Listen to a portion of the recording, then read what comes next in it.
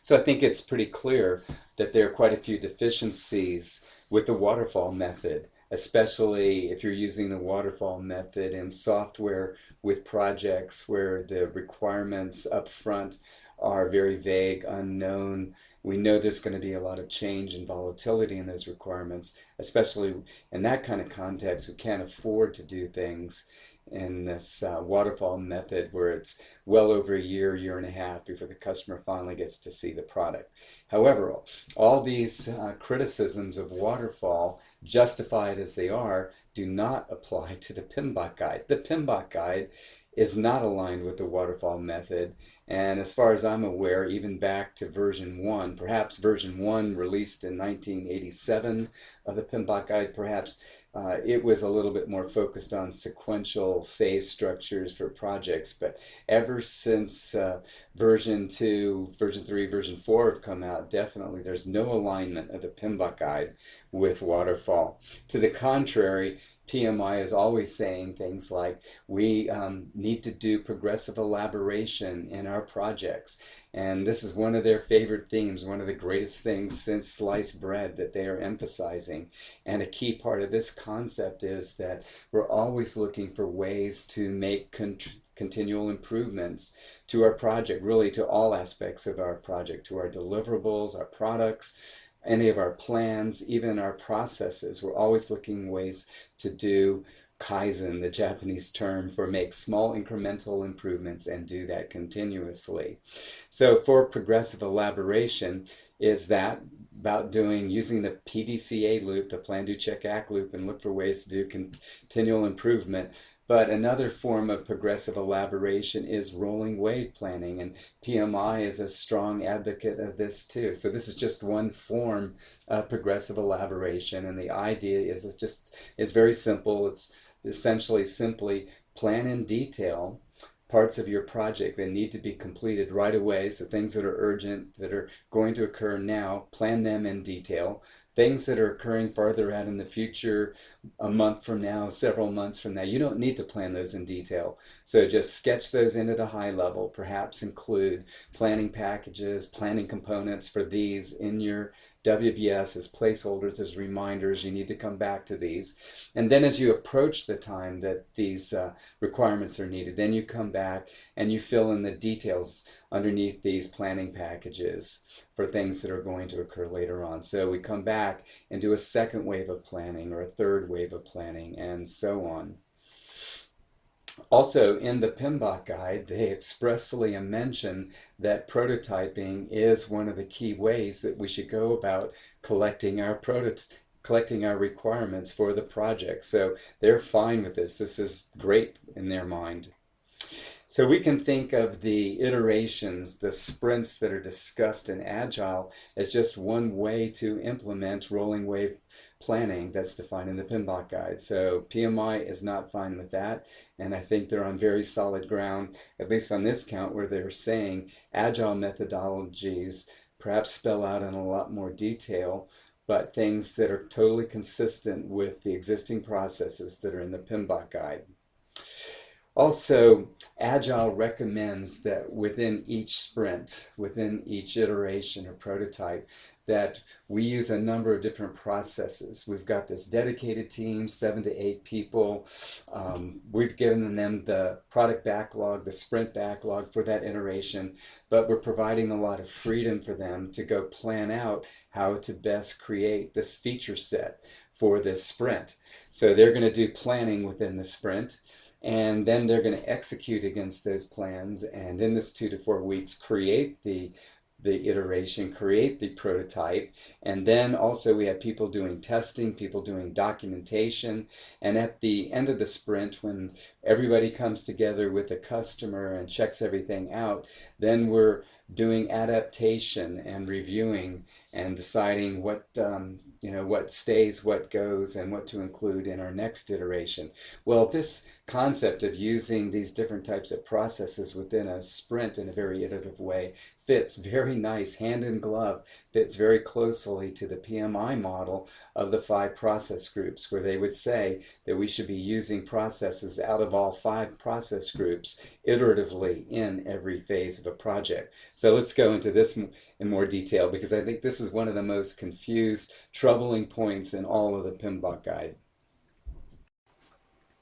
Okay, I think, as you know, there are 5 process groups that are defined in the PMBOK guide. And all of our 42 processes that make up the PMBOK guide, all 42 processes do belong to one of these 5 process groups and also one of the 9 knowledge areas. So the 5 process groups are initiating, planning, executing, monitoring, controlling, and closing. And I can't tell you how many times I've attended one of our local chapter's dinner meetings as a longtime member of the chapter, well over 15 years. This is a lot of meetings that I've attended to earn those PDUs, and I can't tell you how many times that the speaker has totally confused what these 5 process groups are. Just a very casual, cursory reading of the PMBOK guide might lead someone to think of these process groups as phases of a project. So unfortunately, sadly, it's even PMPs in these presentations that have totally messed things up and talked of these as if they are phases. Because as it's diagrammed here, and again, if you just first look at them, a first quick glance, they look like they could be phases. In fact, it looks kind of like a waterfall use of phases in a project. We should first, of course, kick things off, initiate the project, get it authorized, get that charter written and formally released. So we should first do initiating.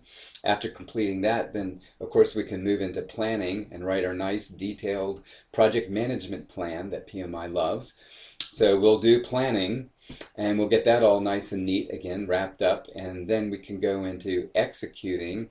So build the buildings, write the code, so execute against the plans in the project management plan.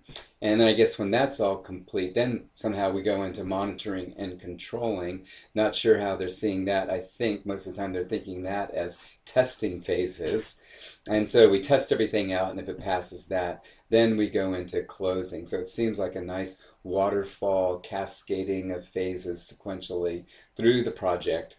But of course, I think, as you know, this is not what PMI means at all about these 5 process groups. And to the contrary, they state emphatically on page 41 in bold print in version 4 of the PMBOK guide, they say the 5 process groups are not project phases. And instead, they mean something very, very different about them. On the contrary, what they mean is that the 5 process groups are used within phases. So actually, to be a little more exact about it, a little more precise, they would mean that processes, we would select processes from each of the 5 process groups to be used in each and every phase. And they're sticklers about that. That's part of this formal standard that's the PMBOK guide. So they don't really care about how many phases there are. No standards on phases. There can be 1, 2, 3, 12, 15 phases for a very complex project. That doesn't really matter. They don't really care what you call your phases, so no standards for naming conventions or nomenclature. And different industries are typically going to have different naming conventions that use for their phases. Nonetheless, they would say no matter how many phases you have or whatever you call them, you would still, if you're following the standard that PMI recommends, then you should be using all 5 process groups in each phases. So how is that? What? Can you explain that, please? So very quickly, it's really not that complicated. Yes, we must initiate each phase just as we initiate the project. So every phase also must be authorized and get some blessing from senior management to start each phase. And of course, we have to have bookends. So likewise, we formally close out a phase just like we close out the project at the end in a formal way, in an orderly way. Well, we've got to do some subset of that, some similar things for closing out each phase. So archiving all your records for the phase, doing a lessons learned, probably going through a phase gate review and a kill point decision, things like that for the end of the phase. So we're going to do definitely in all phases initiating and closing. And we're definitely going to do executing in each and every one of our phases. And the reason is every phase has some deliverables associated with it. We're creating something in each phase. So in the earlier phases, in the quote-unquote planning phases of the project, these deliverables are documents, they are plans, such as in our conceptual design phase, this could be the functional specification and user requirements. In detailed design, those deliverables could be, again, file layouts, database schema, system architecture, design documents, subsystem specification. But nonetheless, you must execute in every phase to create the deliverables associated with every phase. Monitoring and controlling. So for sure, as soon as we start executing, we must monitor and control to see where we are.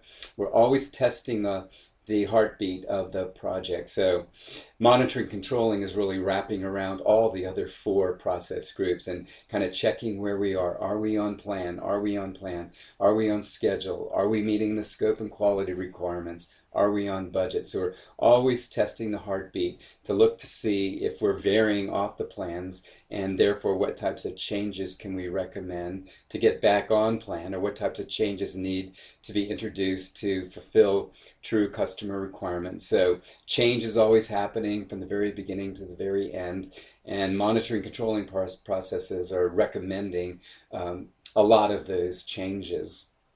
So we're doing monitoring and controlling in each and every phase. So the last one that we haven't mentioned is planning.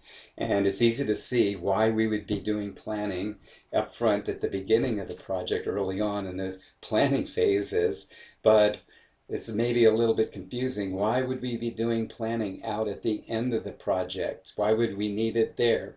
And there are 2 good reasons. So number one, we are always looking for ways to improve our plans, to update our plans, to do Kaizen, to make those small incremental improvements. And we could be making those improvements even out towards the end of the project. There could be reasons to be doing updates. A second reason is rolling wave planning.